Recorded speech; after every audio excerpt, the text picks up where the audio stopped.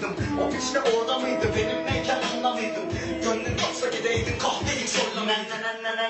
Hala hatırlıyorum daldığımda. Barışmak istemiştim çift bilet aldığımda. Kapının önündeydim çılgına. Bölgedeki tüm düşmanları haklayın.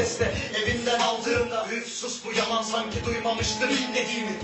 Görev tamamlanamadı. Kaybettik. Görünce koştum hemen. Aracı kilitlediğini, ağzını burnunu tam dağıtacakken kilitlediğini duydum. 10 saniye durdum, sonra kendime gelip hemen evime dönüp uyudum. Basit mi? Aslında aşk dediğin buydu. Kahpelik bedenen olmasa da hep içinde huydu. Bölgedeki tüm düşmanları haklayın. Bugün kamerada Burak Küçükoğlu var. Mert'le beraberiz. Cennete geldik böyle bir şey için. Ya...